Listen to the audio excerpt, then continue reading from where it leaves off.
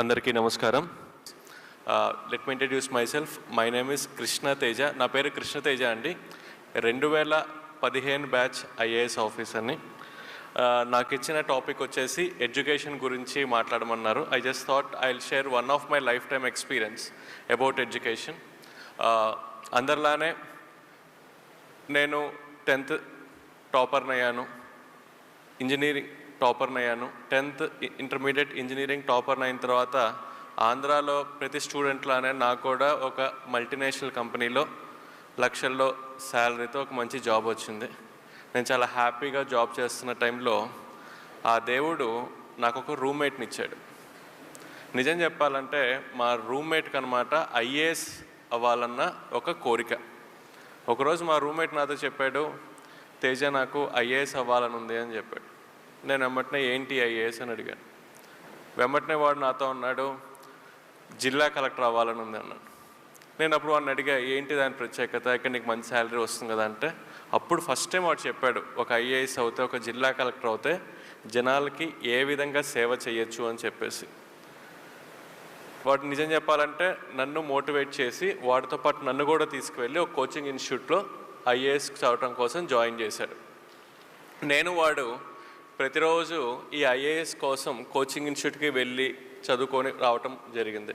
నేను ఎప్పుడైతే రోజు ఐఏఎస్ కోచింగ్కి వెళ్ళి వస్తున్నానో నాకు చిన్నగా అర్థమైంది, ఐఏఎస్ ఒక ఉద్యోగం కాదు, ఒక సేవ అని.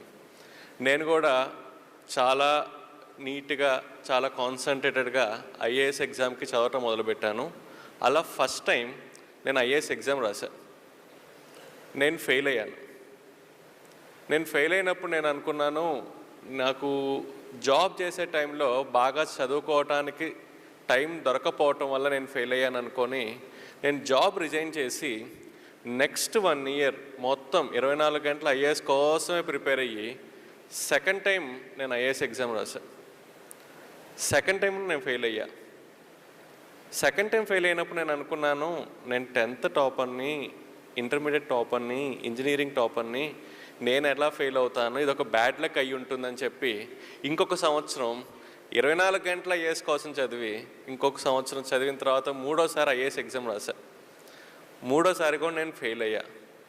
మీరందరూ అబ్జర్వ్ చేస్తే ఆ దేవుడు నాకు జీవితంలో 3 పెద్ద సక్సెస్లు ఇచ్చాడు.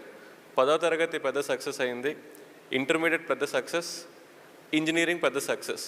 వెంబటనే అదే దేవుడు నాకు జీవితంలో 3 ఫెయిల్యూర్స్ కూడా ఇచ్చాడు. ఐఏఎస్ 1వసారి ఫెయిల్ అయ్యాను, 2వసారి ఫెయిల్ అయ్యాను, 3వసారి ఫెయిల్ అయ్యాను. ఎంత తెలియగలవాడికైనా 3 సార్లు ఫెయిల్యూర్ వచ్చిన తర్వాత వాడిలోని కాన్ఫిడెన్స్ లెవెల్స్ అంతా కిందకి వెళ్ళిపోతాయి, వాడి మోటివేషన్ లెవెల్స్ అంతా కిందకి వెళ్ళిపోతాయి. నాకు అసలు అర్థం కాలేదు, నేనేంటి, నాకేంటి 3 సార్లు ఫెయిల్యూర్ రావటం ఏంటి అని చెప్పేసి. దాదాపు 1 నెల నాలో నేను చెక్ చేసుకున్నాను, ఎందుకు నాకు ఈ ఫెయిల్యూర్ వస్తుంది అని చెప్పేసి.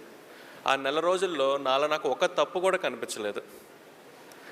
ఇంకొక నెల రోజులు నా ఫ్రెండ్స్ ఇంటికి వెళ్ళి ఫ్రెండ్స్ని అడిగాను అనమాట, అరే మీకు తెలుసు కదా నేను ఐఏఎస్ ప్రిపేర్ అవుతున్నాను, మీకు తెలుసా నేను ఎందుకు ఈ ఎగ్జామ్లో ఫెయిల్ అవుతున్నాను అని అడిగా. ఫ్రెండ్స్ అందరు నాతో ఉంటారు, తేజ నువ్వు తెలియగలవాడివి, నీకు బాగా గుర్తుంటాయి, నీకు కాన్సెప్చువల్ క్లారిటీ చాలా ఎక్కువ, మాకు అర్థం కావట్లేదురా నీకు ఎందుకు ఫెయిల్యూర్ వస్తుందో అని చెప్పారు.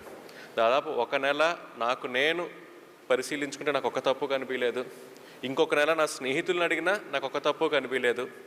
ఇంక నేను ఒక డెసిషన్కి వచ్చాను, ఐఏఎస్ నాకు రావటం కొంచెం కష్టమే అని చెప్పేసి.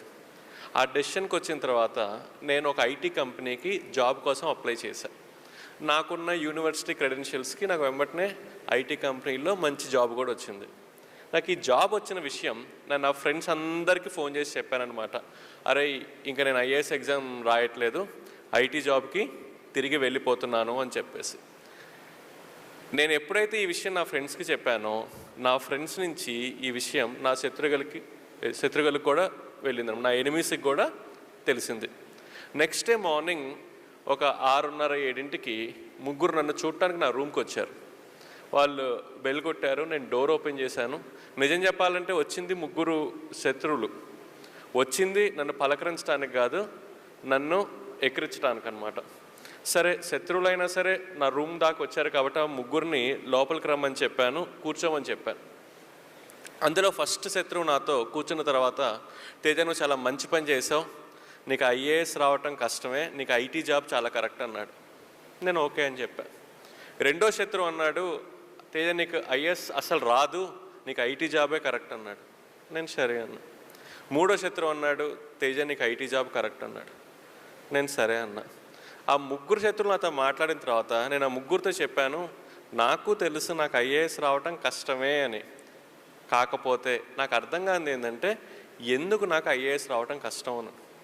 అప్పుడు ఫస్ట్ శత్రువు నాతో చెప్పాడు, తేజ ఏం లేదు, ఐఏఎస్ ఎగ్జామ్లో 2000 మార్క్స్కి రిటర్న్ ఎగ్జామినేషన్, నీ హ్యాండ్ రైటింగ్ కొంచెం బాగోదు కదా, అందుకని నీకు తక్కువ మార్క్స్ వస్తున్నాయి, అందుకని నీకు ఐఏఎస్ రావట్లేదని చెప్పాడు.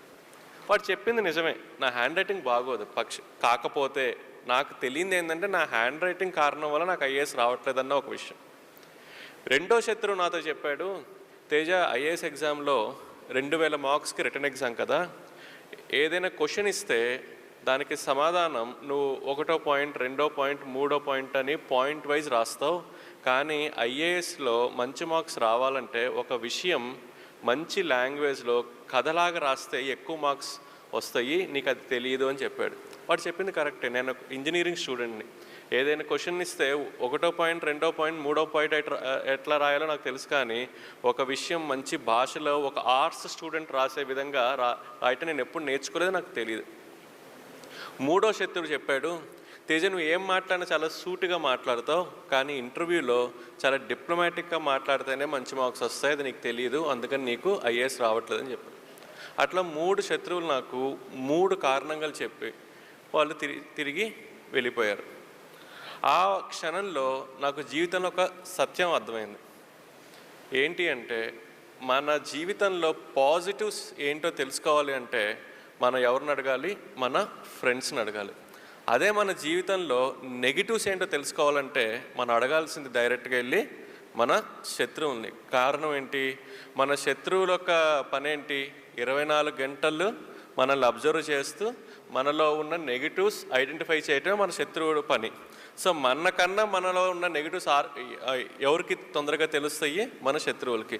నాకు నా శత్రువుల కారణం వల్ల చాలా క్లియర్గా అర్థమైంది నాకు ఐఏఎస్ రాంది 3 కారణాలు అని. హ్యాండ్ రైటింగ్, నేను సమాధానం ఎలా రాస్తున్నాను అనే విషయం మీద, నేను మాట్లాడే విషయం మీద. వెంబటనే నేను మా నాన్నగారికి ఫోన్ చేశాను, నాన్నగారు నాకు ఇంకొక సంవత్సరం కూడా కావాలి, నేను ఇంకోసారి కూడా ఐఏఎస్ రాద్దామని. వెంబటనే మా నాన్నగారు తిట్టారనమాట, ఇంకేంటి 3 సార్లు నువ్వు ఫెయిల్ అయ్యావు, ఇంకా నువ్వు రిస్క్ తీసుకోవద్దు, వెళ్ళి జాబ్లో జాయిన్ అవ్వు అని చెప్పి.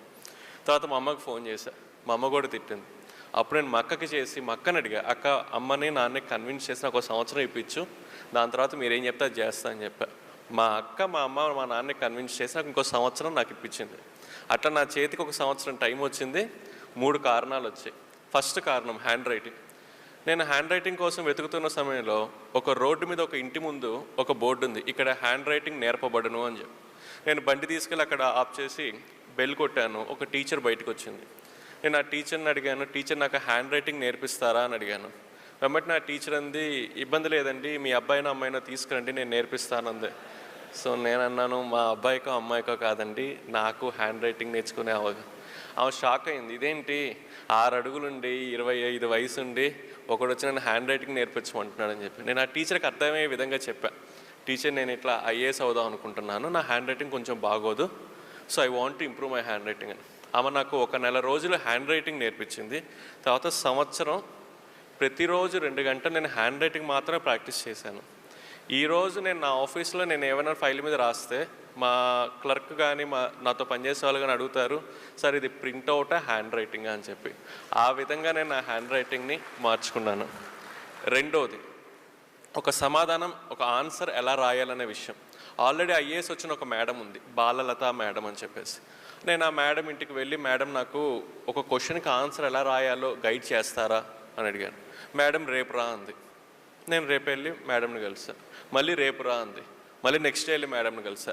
అట్లా 1 వీక్ మేడం నెక్స్ట్ డే అంది. నేను మేడం చెప్పిన స్థలంలో మేడం చెప్పిన సమయానికి వెళ్ళి మేడంని కలిసా. 7వ రోజు మేడం చెప్పింది, కృష్ణ నాకు అర్థమైంది నువ్వు ఒక కమిటెడ్ స్టూడెంట్ అని, నేను ఒక పని చేస్తా, నేను నీకు 365 ఎగ్జామ్స్ పెడతాను, ప్రతి ఎగ్జామ్ 3 గంటలు, ప్రతి ఎగ్జామ్ ఎర్లీ మార్నింగ్ 4ంటికి మా ఇంటికి వచ్చి రాయాలి. నువ్వు 4ంటికి వచ్చి 7 దాకా రాయాలి. ఏదైనా కారణం వల్ల నువ్వు ఒక ఎగ్జామ్ రాయకపోయినా, ఒక ఎగ్జామ్ లేట్గా రాసినా అది నీ లాస్ట్ ఎగ్జామ్ అవుతుందండి. సో నేను మేడం చెప్పిన విధంగా ఒక సంవత్సరం ప్రతిరోజు మేడం ఇంటికి 4ంటికి వెళ్ళి 3 గంటల ఎగ్జామ్ 365 రోజులు రాశాను. నేను 365 రోజులు ఎప్పుడైతే ఎగ్జామ్ రాశానో ఆటోమేటిక్గా ఒక సమాధానం మంచి భాషలో కథలాగా ఎలా రాయాలో నాకు అర్థమైపోయింది. అదేవిధంగా నా మాట తీరు మార్చుకోవటం కోసం ఆల్రెడీ ఐఏఎస్ చదువుతున్న పిల్లలకి నేను కోచింగ్ ఇవ్వటం మొదలుపెట్టాను కోచింగ్ ఇన్స్టిట్యూట్లో. నేను ఎప్పుడైతే పిల్లలకి టీచర్గా అయ్యి కోచింగ్ ఇవ్వటం మొదలుపెట్టానో నాకు వెంబటిన అర్థమైంది ఒక విషయం, ఎదురు వ్యక్తికి బాగా అర్థమయ్యే విధంగా ఎలా మాట్లాడాలని. అట్లా ఒక సంవత్సరంలో నేను ఈ 3 కారణాలని ఓవర్కమ్ చేసి 4వసారి ఐఏఎస్ కోసం ప్రిలిమ్స్ ఎగ్జామ్ రాశాను, క్లియర్ చేశాను. మెయిన్స్ ఎగ్జామ్ రాశాను, క్లియర్ చేశాను. అండ్ ఇంటర్వ్యూలో పార్టిసిపేట్ చేశాను, క్లియర్ చేశాను. I got all India 66 rank. So దాని తర్వాత I got Kerala cadre. So first 9 years I have to work in Kerala. అలా నేను అలపిలో 2 years సబ్ కలెక్టర్గా పనిచేశాను. తర్వాత 4 years కేరళ టూరిజం డైరెక్టర్గా. I was the youngest director general of Kerala tourism and the longest surviving director general of Kerala tourism for 4 years. దాని తర్వాత I worked in Alleppey and then I worked in Thrissur. Currently I'm working in Thrissur as district collector. So మీ అందరికీ తెలుసు IAS జీవితంలోనే చాలా important అయిన post జిల్లా collector అన్న పోస్ట్. నేను 2015లో ఐఏఎస్ అయినప్పటి నుంచి నేను బాగా ఎదురు చూస్తున్న ఒక నిమిషం, నేను ఎప్పుడు జిల్లా కలెక్టర్ అవుతాను అని చెప్పేసి. అట్లా 2015 నుంచి నేను ఎదురు చూస్తుంటే 2022 ఆగస్టు 2వ తారీఖు నాకు ఈవినింగ్ 7:30కి ఒక ఫోన్ వచ్చింది, రేపు పొద్దున వెళ్ళి అలపిలో జిల్లా కలెక్టర్గా ఛార్జ్ తీసుకో అని చెప్పేసి. అట్లా ఆగస్టు 3వ తారీఖు 2022 నేను ఆలప్పుడాలో జిల్లా కలెక్టర్గా ఛార్జ్ తీసుకున్నాను. జిల్లా కలెక్టర్గా ఛార్జ్ తీసుకున్న తర్వాత నేను బాగా ఈగర్గా వెయిట్ చేస్తున్న ఒక క్షణం, నేను జిల్లా కలెక్టర్ అన్న పోస్ట్లో సైన్ చేయబోతున్న ఫస్ట్ ఫైల్ ఏదై ఉండొచ్చు అని చెప్పేసి. అట్లా బాగా ఈగర్గా వెయిట్ చేస్తున్నప్పుడు ఒక క్లర్క్ ఒక ఫైల్ పట్టుకుని ఒక క్యాబిన్లోకి వచ్చింది. నేను క్లర్క్ని అడిగాను, ఏంటి ఆ ఫైల్ అని చెప్పేసి. అప్పుడు ఆ క్లర్క్ చెప్పింది, సార్ వర్షాలు పడుతున్నాయి కదా, రేపు పిల్లలకి హాలిడే ఇచ్చే ఫైల్ సార్ అంది. సో నా జీవితంలో జిల్లా కలెక్టర్గా నేను సైన్ చేసిన ఫస్ట్ ఫైల్ ఏంటయ్యా అంటే పిల్లలకి హాలిడే డిక్లేర్ చేయటం. నార్మల్లీ పిల్లలకి హాలిడే ఇస్తేనే వాళ్ళు భయంకరంగా సంతోషంగా ఫీల్ అవుతారు. అది ఫస్ట్ ఫైల్, ఫస్ట్ సిగ్నేచరే హాలిడే ఇస్తే they were very very happy. So జిల్లా కలెక్టర్ ఫస్ట్ ఫైలే పిల్లలకి హాలిడే డిక్లేర్ చేయటం అనేది ఒక పెద్ద న్యూస్ అయిపోయింది అనమాట. సో అలపిలో ఉన్న పిల్లలందరూ నన్ను చాలా హ్యాపీగా థ్యాంక్ యూ కలెక్టర్ మామయ్య అని చెప్పేసి ఫేస్బుక్లో they started sharing their happiness that I declared a holiday to them. అట్లా ఒక 2 weeks తర్వాత ఒక అమ్మాయి నన్ను చూడటానికి వచ్చింది. నేను అడిగాను, ఏంటమ్మా ఇంటికి వచ్చావు అంటే, అమ్మాయి చెప్పింది, అందరం మిమ్మల్ని కలెక్టర్ మామయ్య అని పిలుస్తున్నారు కదా, సో నేను కూడా ఒక చనువు తీసుకొని మిమ్మల్ని ఒక సహాయం కోసం వచ్చాను అంది. ఏం సహాయం కావాలి అన్నాను. అప్పుడు అమ్మాయి నాతో చెప్పింది, మా నాన్నగారు కోవిడ్ టైంలో చనిపోయారు, నాకు నర్సింగ్ చదువుకోవాలని చెప్పి చాలా కోరిక, కానీ మా అమ్మకి నర్సింగ్ ఫీ పే చేసే స్థితి ఈరోజు ఈ నర్సింగ్కి ఫీ పే చేసే పరిస్థితి ఈరోజు మా ఇంట్లో లేదు అని చెప్పింది అనమాట. అప్పుడు నేను అడిగాను, ఏం కావాలి అంటే, నాకు ఎవరైనా స్పాన్సర్ని చూస్తారా నర్సింగ్కి ఫీ పే చేయడానికి అని. నేను ట్రై చేస్తానని చెప్పి అప్పుడు నాకు తెలిసిన చాలా పెద్ద హీరో అయిన శ్రీ అల్లు అర్జున్ గారికి ఫోన్ చేశా, ఇట్లా ఒక అమ్మాయి ఉంది, మీరు ఏమైనా హెల్ప్ చేస్తారా అంటే, అప్పుడు అల్లు అర్జున్ గారు కూడా 1 సంవత్సరం కాదు 4 సంవత్సరాలకు కావాల్సిన ట్యూషన్ ఫీ, హాస్టల్ ఫీ మొత్తం నేనే పే చేస్తానని చెప్పి మొత్తం ఆయన కాలేజ్లో పే చేశారు. ఈ అమ్మాయి కాలేజ్కి వెళ్ళి రావటం మొదలుపెట్టింది. మీకు తెలుసు కదా, అల్లు అర్జున్ గారు సహాయం చేశారంటే అది ఆబ్వియస్లీ ఇంకా పెద్ద న్యూస్ అయిపోతుంది. సో అది కేరళ మొత్తం పెద్ద న్యూస్ అయిపోయింది అనమాట. ఆ న్యూస్ చదివి నెక్స్ట్ డే ఇంకొక అమ్మాయి నన్ను చూడటానికి వచ్చింది. ఆ అమ్మాయి చెప్పింది, మా నాన్నగారు కూడా కోవిడ్ టైంలో చనిపోయారు, నాకు ఇంజనీరింగ్ చదువుకోవాలని ఉంది, నాకు ఎవరైనా సహాయం చేస్తారా అని అడిగింది. ఆ టైంలో నాకు ఒక విషయం అర్థమైంది, ఏంటంటే పిల్లలు నన్ను ఊరికే కలెక్టర్ మామయ్య అని పిలవట్లేదు, వాళ్ళు నాతో చెప్తున్నారు, మా అమ్మ మా నాన్న తర్వాత మమ్మల్ని చూసుకునే రెస్పాన్సిబిలిటీ మీకు ఉంది అని చెప్పడానికి వాళ్ళు నన్ను అలా పిలుస్తున్నారన్న విషయం నాకు అప్పుడు అర్థమైంది. అప్పుడు నేను నా మనసులో ఒక మాట అనుకున్నాను, నేను అలపికి జిల్లా కలెక్టర్గా టైంలో అలపిలో ఎంతమంది పిల్లలకైతే కోవిడ్ టైంలో అమ్మా నాన్న చనిపోయారో వాళ్ళందరికీ వాళ్ళు చదువుకునేదాకా స్పాన్సర్ని ఐడెంటిఫై చేసి ఇస్తాను అని చెప్పేసి నేను ఆ మనసులో ఆ మాట అనుకున్నప్పుడు నాకున్న ఒక ఊహ ఏంటంటే ఒక 20-30 మంది పిల్లలకి అయి ఉంటారు అమ్మ నాన్న చనిపోయిందని. కానీ సర్వే చేసిన తర్వాత నాకు అర్థమైంది ఏంటంటే అలపిలో కోవిడ్ టైంలో అమ్మ నాన్న చనిపోయిన పిల్లలు 20-30 కాదు, 100 కాదు, 200 కాదు, 293 మంది పిల్లలకి కోవిడ్ టైంలో అలపిలో అమ్మ నాన్న చనిపోయారు. కానీ మనసులో ఒక మాట తీసుకున్నాను కాబట్టి వాళ్ళ కోసం నేను ట్రై చేయటం మొదలుపెట్టాను. 6 నెలల్లో 293 మందికి వాళ్ళు చదువుకునేదాకా స్పాన్సర్ని ఐడెంటిఫై చేసి వాళ్ళకి ఇచ్చిన తర్వాతే నేను అలపి నుంచి మారి త్రిశూర్లో ఛార్జ్ తీసుకున్నాను. సో ఒక మాటలో చెప్పాలంటే అలపిలో there is no covid orphan who can discontinue his studies because of financial issues. So Alleppey నుంచి నేను త్రిశూర్కి వెళ్ళంగానే అగైన్ పిల్లలందరికీ ఒక ఎక్స్పెక్టేషన్ ఉంటుంది. ఎందుకంటే అలపిలో కోవిడ్ అందరికీ నేను హెల్ప్ చేశాను కాబట్టి త్రిశూర్లో కూడా. సో త్రిశూర్లో 609 పిల్లలు ఉన్నారనమాట. ఈ 609 పిల్లలకి కూడా వాళ్ళు చదువుకునేదాకా సహాయం చేసే స్పాన్సర్ని నేను వాళ్ళకి ఇచ్చేశాను. సో టోటల్ చూసుకుంటే అలపి అండ్ త్రిశూర్ అరౌండ్ 1000 పిల్లలకి మేము హెల్ప్ చేశాం. ఈ విషయం ఇక్కడ దాకా వచ్చి మీ అందరికీ చెప్పే కారణం ఏంటంటే ఈ 1000 మందిలో దాదాపు ఒక 100-150 మంది సహాయం చేసింది మీ రొటేరియన్సే.